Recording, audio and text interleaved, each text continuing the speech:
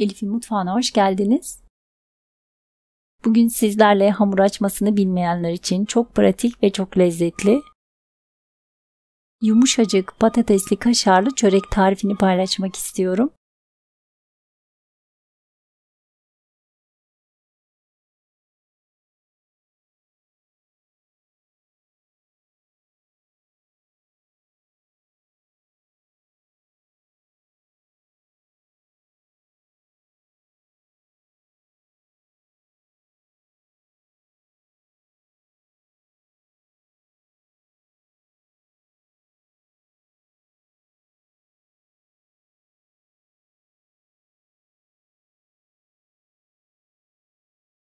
Yoğurma kabına 2 su bardağı ılık sütü alalım.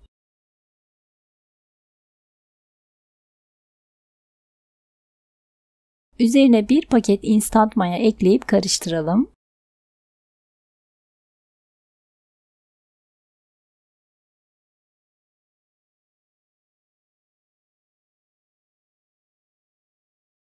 Üzerine 1 yumurta ve 1 adet yumurtanın yine beyazını ekleyelim. Sarısını üzerine ayıralım. Yani 1,5 yumurta eklemiş oldum. Ve 1 çay bardağı sıvı yağ ekleyip tel çırpıcı ile iyice karıştıralım.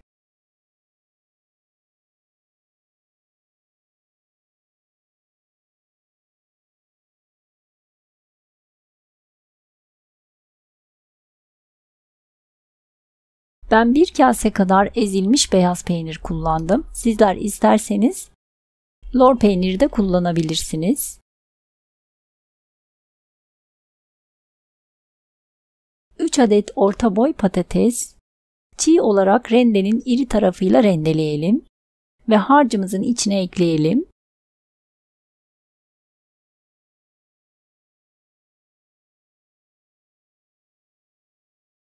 Yarım demet kadar ince kıyılmış maydanoz.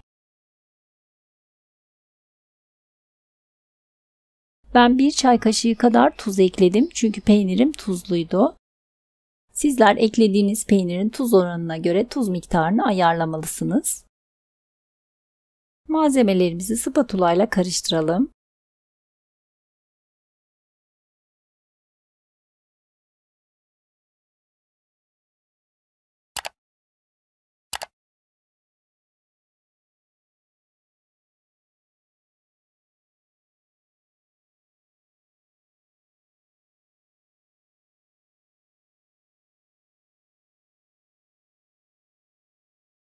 İlk etapta 3 su bardağı un ekledim.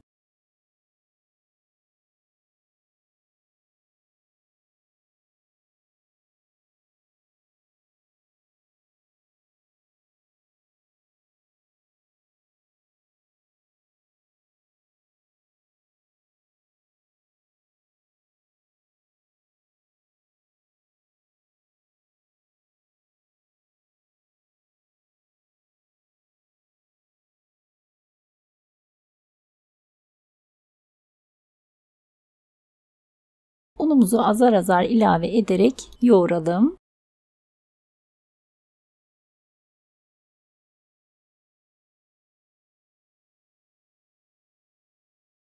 Ben toplamda 5,5 su bardağı un kullandım. Yumuşak kıvamlı bir hamur olması gerekli.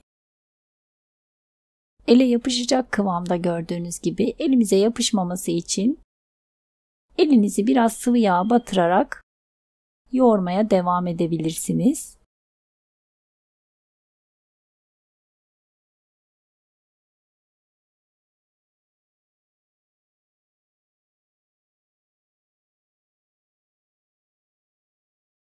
Üzerini kapatıp ılık bir ortamda yaklaşık 45 dakika kadar mayalanmaya bırakalım. Benim acil bir işim çıktığı için 45 dakikadan fazla bekledi ve bu yüzden hamurum biraz taştı. Sizler 45 dakika kadar mayalandırdığınızda taşma olmayacaktır zaten. Hamurun havasını alalım. Büyük boy dikdörtgen borcamı tereyağla yağlayalım. Hamuru üzerine alalım ve eşit şekilde yayalım.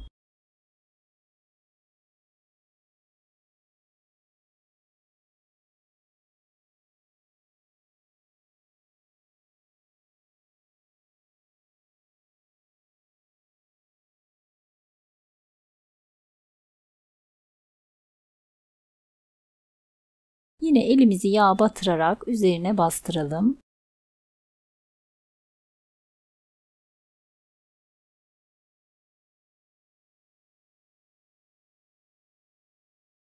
Daha sonra üzerini bir bezle örterek yaklaşık yarım saat kadar tepsi mayası için bekletelim.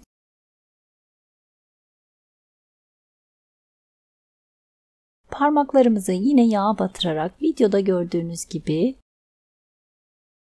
parmaklarımızla şerit şeklinde bastırarak şekil verelim.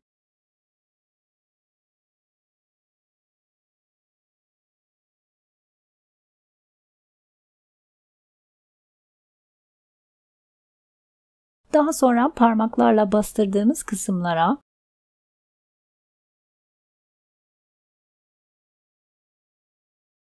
kaşar dilimleri yerleştirelim.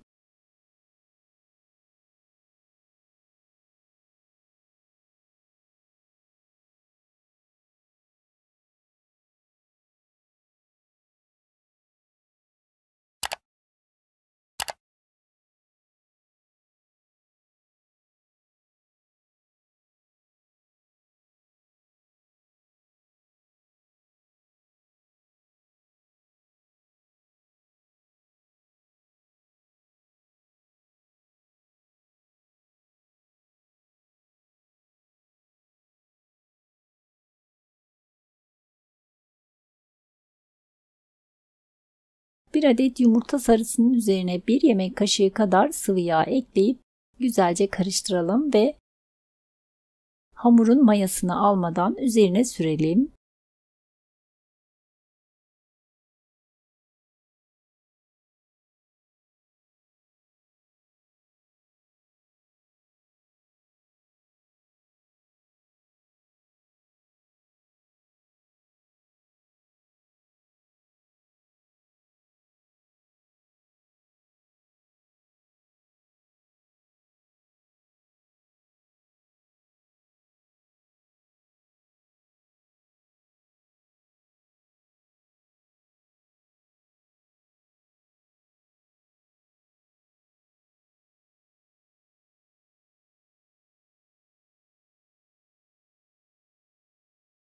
Üzerine dilerseniz çörek otu ve susam serpiştirebilirsiniz. Ben çörek otu serptim.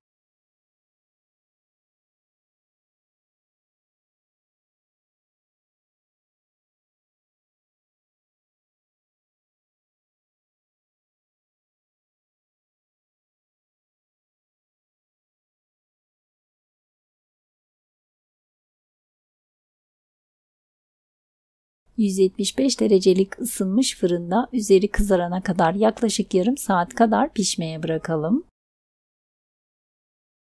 Gördüğünüz gibi yarım saatte üzeri nar gibi kızardı. Fırından alalım.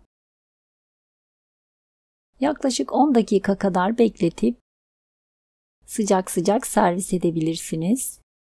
Videoda da gördüğünüz gibi puf puf kabardı. Çok lezzetli, harika bir çörek oldu.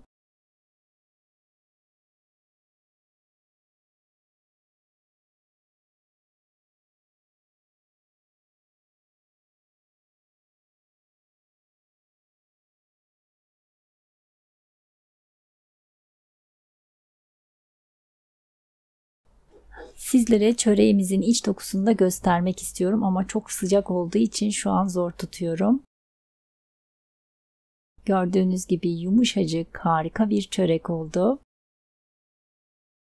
Umarım sizler de dener ve beğenirsiniz. Videomu beğendiyseniz beğeni ve yorumlarınızla ve sosyal medya hesaplarınızdan paylaşarak bana destek olursanız çok mutlu olurum. İzlediğiniz için ve destekleriniz için teşekkür ederim.